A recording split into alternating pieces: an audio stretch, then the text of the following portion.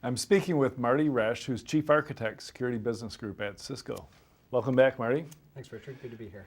Marty, this is the first time we've had a chance to talk post-acquisition of Sourcefire by Cisco. And Cisco, Sourcefire and then Cisco have done a lot of talking and using the words around a new model for security. What was it in the customer base that drove you towards this thinking? The thing that we really observed within the customer base is when we'd go in to have conversations about security, what frequently happened was that I'd show up and I'd start saying security, and the customer's notion of security would be very different than my notion of security, or they've just been sold something by a security vendor that had promised the moon and the stars, and they'd actually didn't understand the scope of the technology that they had purchased and what it could and could not do. And I observed this many, many times over the years, and eventually I said, there's got to be a better way to talk about this to get people to realize that technologies have scope of application. There are things that they're built to do, and there are things that they were not built to do. And you have to understand them if you're really going to have the ability to secure your network environment properly, or your operational environment properly, because if you don't know what your technologies actually do and don't do, then you're going to have big gaps between them. So the idea of the model was to have a very rational discussion with users about what these things can do, and to basically put it in terms that they could very much relate to. So the idea was that I would come up with a model where I talked about security in terms of the user himself, right? The guy who's got a job to do, the guy whose job is to defend the network environment. And that person, really divides their whole concept very frequently into this idea of there are very specific things I need to do before an attacker shows up. There's a different set of things that I do during an attack, and there's an entirely different set of things that I do after an attack. And not only are there different functions that I need to perform, but there are different technologies and tools that I'm going to use to perform them.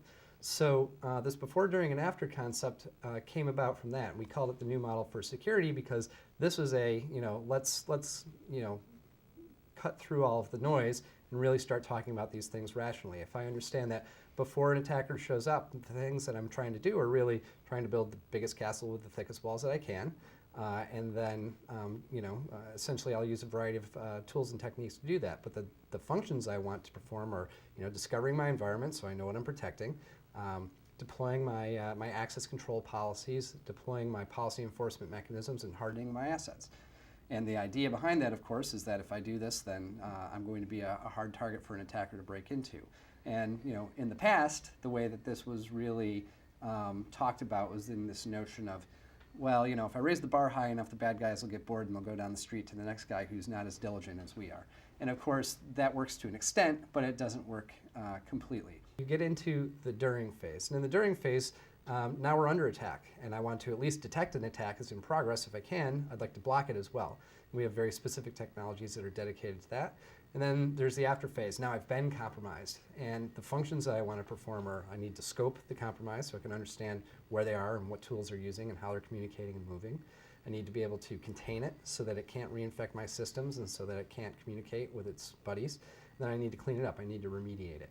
So these are the fundamental functions that we perform, and in each bucket there's different technologies and products used to do that. So in the before column we have things like firewalls, patch management, vulnerability management systems, app control, VPN, crypto, identity and access management.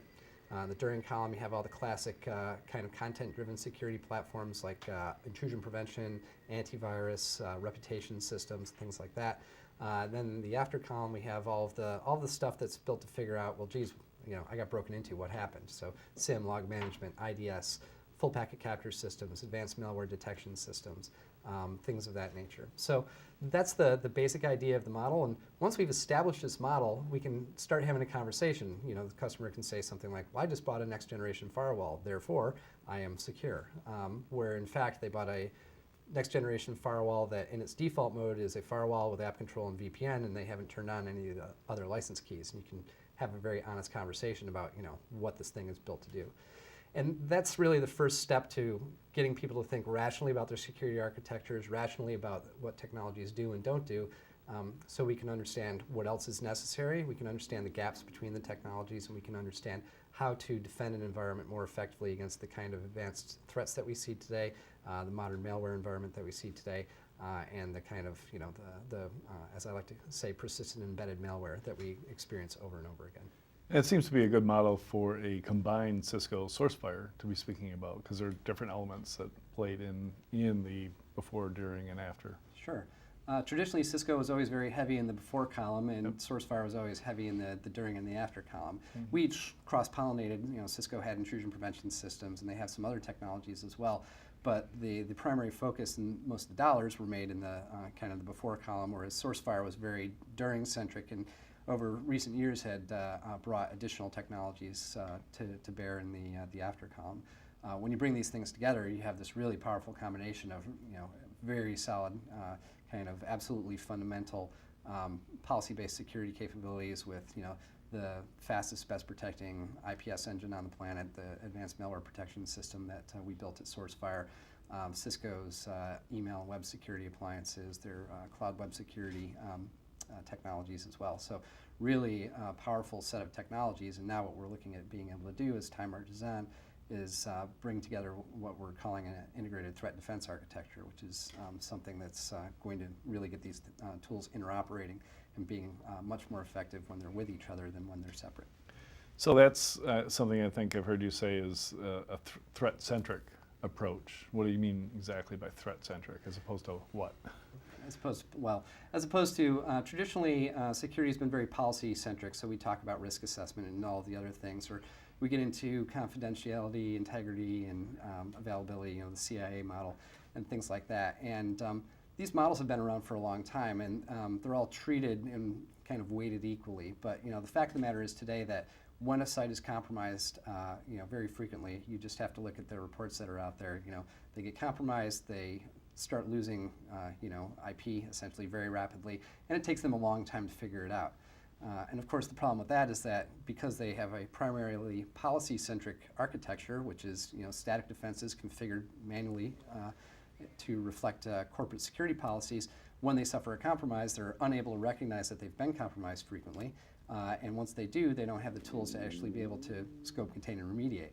So this is a big problem in security that we've seen for a long time.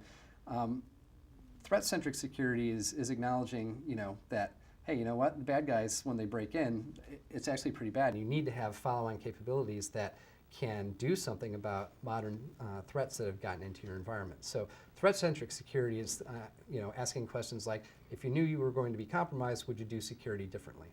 And when you have that conversation with somebody, very frequently they kind of, they look at you and they're like, well, yeah, I guess I probably would. And I say, so what are you doing differently? Because chances are, if somebody targets you, you're going to be compromised. And if you are compromised, if you don't have the right technology mix to deal with it, if you don't have the right strategy, the right tactics, the right tools, you're going to have a very difficult time of understanding the compromise that you suffered, the consequences of that, and then getting it back out.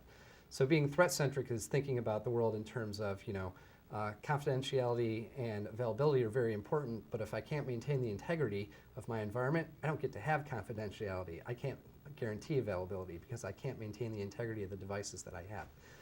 So that's kind of a different way of thinking about the problem. And from a strictly kind of high-level theory standpoint, they should all be equally weighted. But the fact of the matter is that when places get broken into today, they get comprehensively compromised for long periods of time, and the people who are compromised have very limited capabilities to get them back out, and that has to change.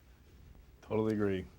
So shifting gears, when Cisco acquired Sourcefire, they committed to supporting open source, in particular Snort and ClamAV. How's that going post-acquisition? It's going very well, actually.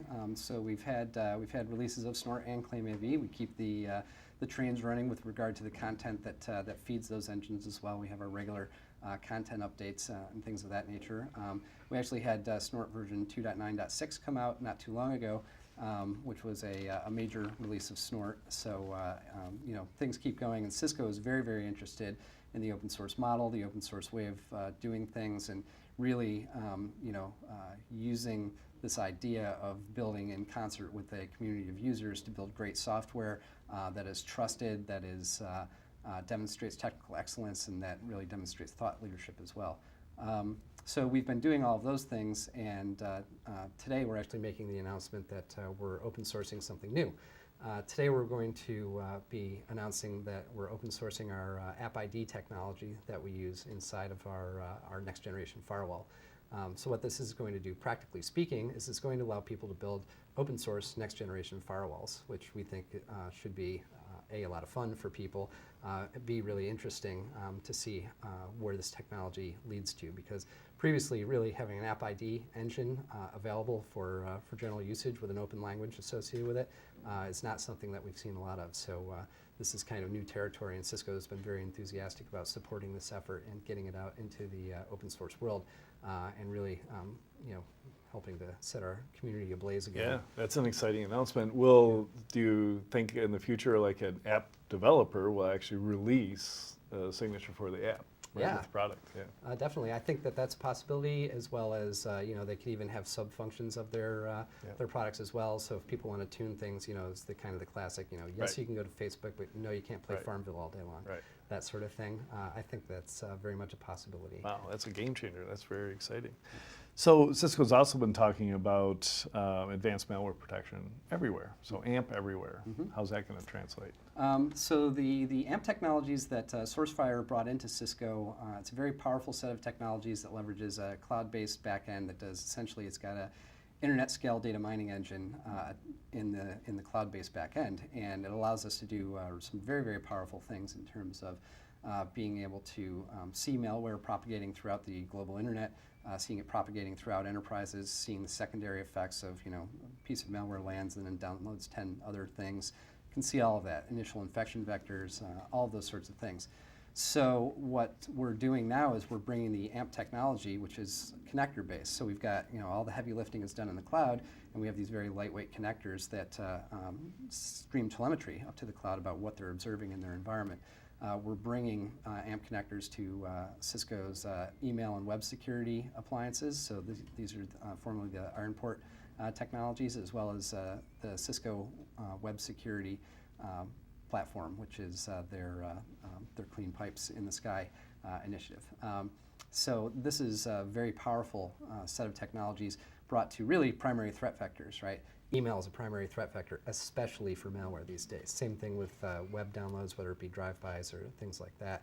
And in the sense of having a secure web service available in the cloud, obviously it's a primary functionality for that as well. So this is more than just bringing another layer of kind of antivirus technology. This is a whole new way of looking at things that even when something is missed, because we ask ourselves, if we knew we were going to miss something, would we do things differently? We've accounted for that as well, because it uses a internet scale data mining engine. We don't ever forget anything. So if I see something go by and I figure out 2 hours later it was bad, I know exactly where it's been, where it came from, how it got there, and every place on the planet that I've seen it. And instead of telling millions of devices to go rescan themselves, I just send out quarantine notices to those devices, and my local connectors shut down whatever infections may be present. And this, above all else, actually ties together the entire product portfolio. And it Yes. could go outside security too, because routers and the rest could do it as well. Right, exactly. And not only that, but so the connectors, when Sourcefire came into Cisco, the connectors were available on Windows endpoints. They were available on Android devices, in virtual environments, and on Sourcefire's Firepower appliances, our network-based security appliances. Now we're expanding this, but what you see really happening here is we're really bridging network and device endpoint-based security into one set of visibility, one set of global visibility via the cloud-based backend. The system. So it's an extremely powerful way of doing things. And the great thing about it, one of our customers who's been very successful with the product said very famously, sees everything, never forgets, turns back time. That's really what it allows you to do. It allows you to do retrospective security and gives you a comprehensive record of what's going on in your environment, especially with regard to malware. So is the See Everything cloud-based analysis the basis for the annual security report that Cisco is now inaugurating?